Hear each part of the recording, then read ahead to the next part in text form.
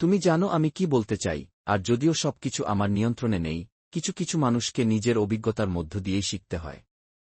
এখন আমার জীবনে এমন সময় এসেছে যেখানে কিছুই আমাকে খুব একটা নাড়া দেয় না। তবে আমি নিজেকে কোনো আদর্শ বা অনুসরণযোগ্য মানুষ হিসেবে উপস্থাপন করতে চাই না। কিন্তু মুসলমান হওয়া আমাকে অনেক শান্তি ও স্থিরতা দিয়েছে, যদি কেউ ভাবেও আমি বিভ্রমে আছি, তারপরও আমি এটা সত্যি অনুভব করি। ঠিক আছে, প্রশ্নের জন্য ধন্যবাদ। এখন আমরা কিছু লিখিত প্রশ্নে যাব।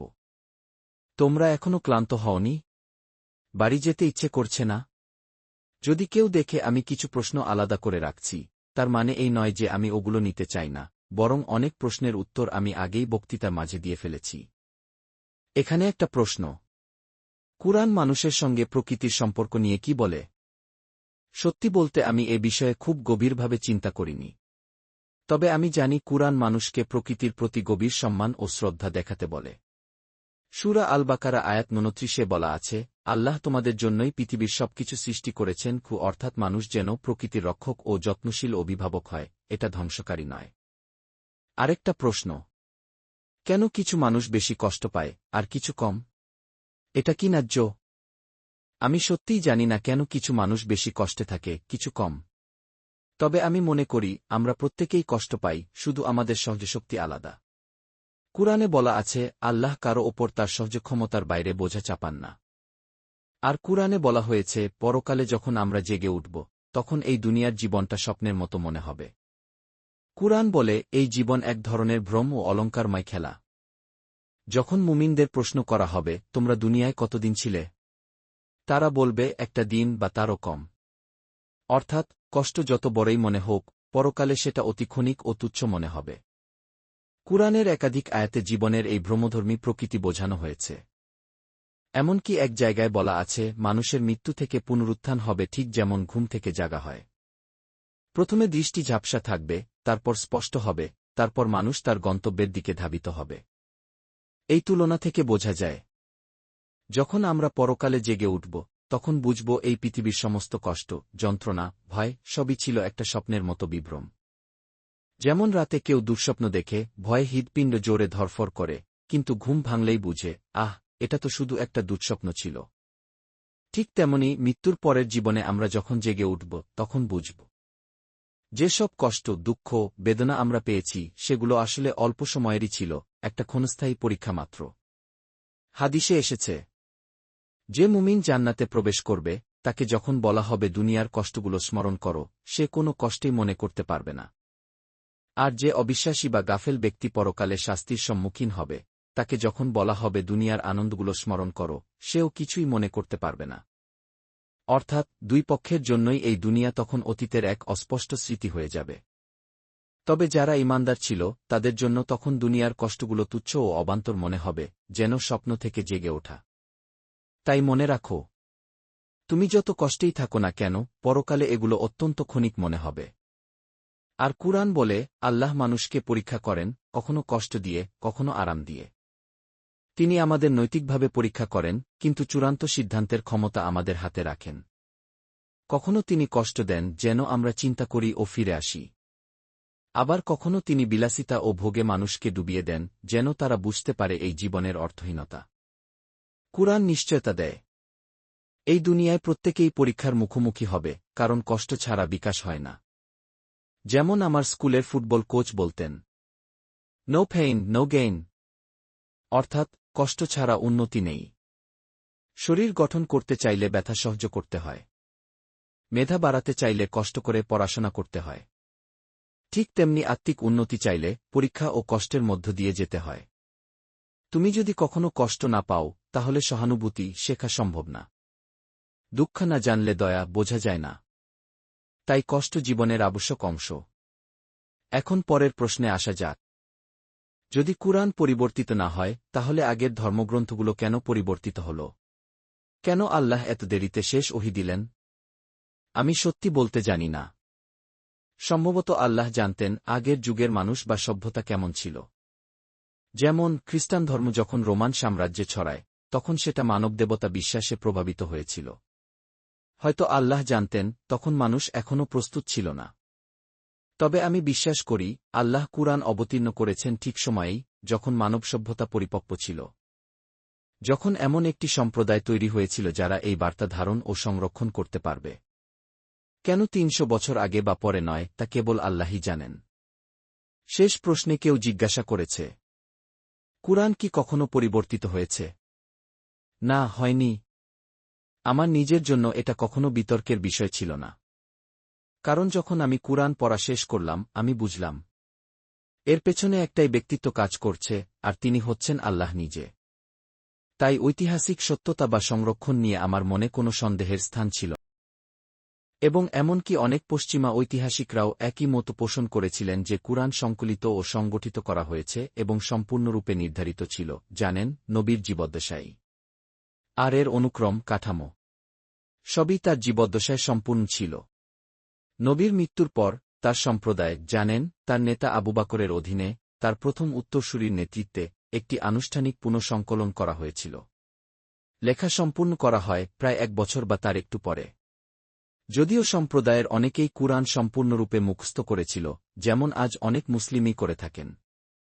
মুখস্থ করা খুব সহজ, জানেন, আমি কুরআনের ৩১ ভাগও সহজেই মুখস্থ করতে পারতাম। আর এটা আমাদের আরবি সংস্কৃতিতে খুবই সহজ। মুখস্থ করা এত সহজ কেন? আমি আগেও বলেছি, এটি তার ছন্দ, মাপ এবং মিল রয়েছে যা মুখস্থ করতে সহজ করে তোলে।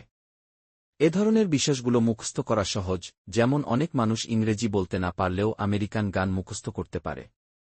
আমি এমন কিছু শিশুকে জানি যারা ইংরেজি বলতে পারে না, কিন্তু মাইকেল জ্যাকসনের সম্পূর্ণ অ্যালবাম গাইতে পারে। এ ধরনের জিনিস মুখস্থ করা অনেক সহজ। যাই হোক, কুরআন নবীর জীবদ্দশায় ২৩ বছরের একটি সময়কালে অবতীর্ণ হয়েছে। ইতিহাসবিদরা রিপোর্ট করেন যে তিনি তার সঙ্গীদের মুখস্থ করা শিখিয়েছিলেন। তারা লিখিত আকারে তা সংরক্ষণ করেছিল। অনেকের কাছে কুরআনের লিখিত রেকর্ড ছিল। নবীর মৃত্যুর পর তৎক্ষণাৎ একটি আনুষ্ঠানিক যাচাই-বাছাই করা হয়েছিল। পরে ১০ থেকে ১৫ বছরের মধ্যে আরও যাচাই-বাছাই করা হয় এবং অনেক আনুষ্ঠানিক কপি তৈরি করা হয় এবং ইসলামী জগতে ছড়িয়ে পড়ে, কারণ এটি দ্রুত বিস্তার পাচ্ছিল। এবং তারপরে পশ্চিমা ইসলামের সমালোচকরাও স্বীকার করেন যে সেই সময়ের পরে আর কোনো পরিবর্তনের সম্ভাবনা ছিল না, কারণ আমাদের কাছে সেই সময়ের কুরআনের সংস্করণ বিদ্যমান। সুতরাং ঐতিহাসিক দৃষ্টিকোণ থেকে কুরআন শুধুই নবীর আবিষ্কৃত বাণী প্রতিফলিত করে, এমন ব্যাপারে বড়রে একটা নিশ্চিততা আছে। তবে যেমন আমি আগে বলেছি, এটি আমার জন্য কোনো ইস্যু ছিল না। আমি অনেক আগে থেকেই বিশ্বাসী হয়েছি যে এটি ঈশ্বরের পক্ষ থেকে এসেছে। আর কোনো সন্দেহ করার কারণ ছিল না। পশ্চিমা অনেক ইতিহাসবিদ কিছু মতামত পোষণ করেছেন, কিছু চ্যালেঞ্জিং, কিছু সমর্থক, তবে তারা আমার চূড়ান্ত কর্তৃপক্ষ নয়। এখন দ্বিতীয় অংশে, আপনি বলেছিলেন, একজন মানুষকে অন্যের মতো হতে হবে যেন সে তাকে জানে ও ভালোবাসে, আর আমাদের উদ্দেশ্য হল প্রেমময়, করুণাময়, ক্ষমাশীল হওয়া, ঠিক যেমন ঈশ্বর। কিন্তু আপনি ঠিক কিভাবে এটি সম্ভব তা ব্যাখ্যা করেননি। আমি ধরে নিয়েছি, ঈশ্বর আমাদের কি শব্দের মাধ্যমে, উপস্থিতির মাধ্যমে, বা মুসলিম দৃষ্টিকোণ থেকে কোনোভাবে আমাদের কাছে আসেন? এবং যদি না আসেন, তবে আমরা কিভাবে তার মতো হতে পারি? এই প্রসঙ্গে আপনি টমাস অ্যাকুইনাসের কথা উল্লেখ করেছেন, মধ্যযুগের ক্যাথলিক চার্চের এক ডাক্তার, যিনি বিশ্বাস ও যুক্তির সামঞ্জস্যের উপর জোর দেন। চার্চও এ বিষয়ে লিখেছে এবং ফেথ অ্যান্ড রিজন নামক একটি বই রয়েছে তার।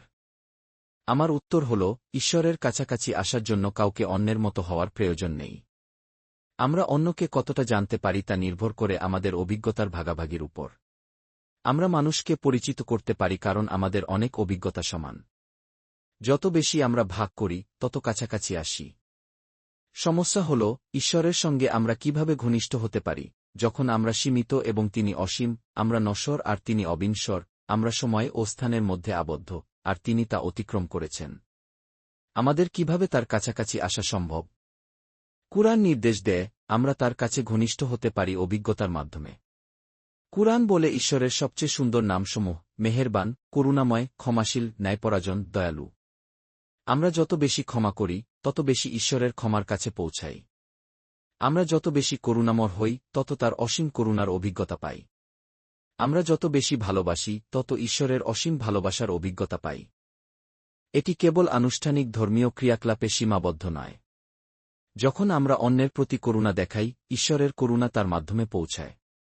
যখন আমরা অন্যকে ক্ষমা করি, ঈশ্বরের ক্ষমা তাদের কাছে আসে আমাদের মাধ্যমে। এইভাবে আমরা ঈশ্বরের করুণা, দয়া, ক্ষমা আমাদের নিজের অংশ হিসেবে অভিজ্ঞতা করি। এটি এমন একটি ঘনিষ্ঠতার স্তর যা আমরা অন্য মানুষের সঙ্গে কখনো অনুভব করতে পারি না। প্রার্থনা এবং অন্যান্য মাধ্যমে যখন আমরা এই গুণাবলীতে বৃদ্ধি পাই, তখন আমরা ঈশ্বরের কাছাকাছি আসি।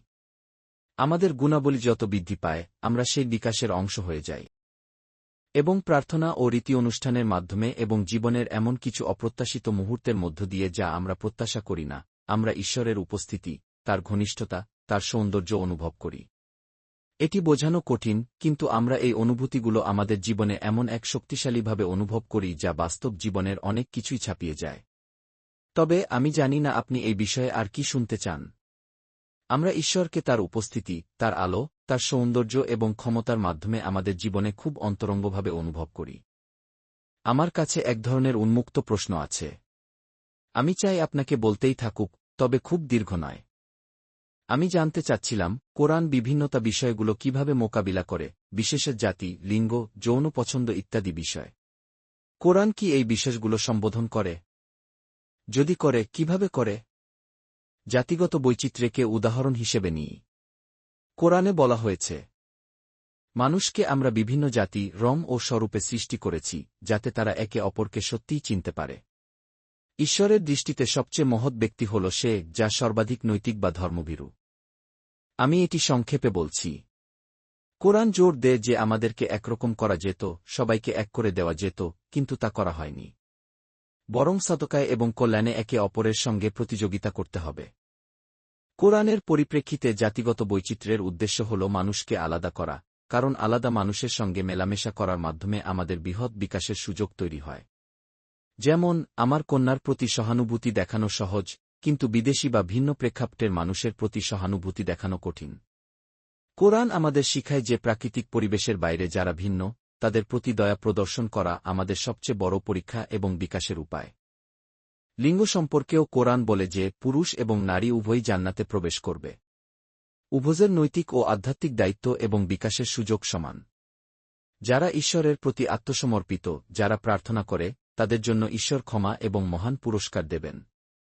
যৌন পছন্দের বিষয়ে কোরআন সরাসরি আলোচনা করে না। কোরআন লুটের জাতির গল্প পুনরায় উল্লেখ করে। বলা হয়, তারা ভয়ঙ্কর অপরাধ করেছে, যেমন পথচারীদের উপর হামলা এবং ধ্বংস। এই কারণে ঈশ্বর তাদের ধ্বংস করেছেন। এটি প্রায় একমাত্র বিষয় যা যৌন আচরণের দিক থেকে প্রায়শই সম্বোধন করে। একজন মুসলিমের প্রশ্ন ছিল, কেউ যদি ইসলাম গ্রহণ করার পরে ইসলাম ছেড়ে অন্য ধর্ম অনুসরণ করতে চায়, তা সম্ভব কি? উত্তর হল, হ্যাঁ, এটি সম্ভব।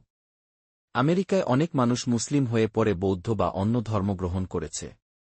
কিন্তু কোরআনের দৃষ্টিকোণ থেকে বলা হয়েছে, যারা বিশ্বাস করে এবং পরে অবিশ্বাসে পতিত হয়, তাদের জন্য পরকালে কঠোর শাস্তি হবে। কারণ তারা ধর্মকে খেলনা হিসেবে ব্যবহার করছে, নিজের সুবিধার জন্য বিশ্বাস করছে বা অবিশ্বাস করছে। তারা আধ্যাত্মিক চেতনার আগে ব্যক্তিগত বা বস্তুগত চাহিদা রাখছে, যা ধর্মের বিপরীত।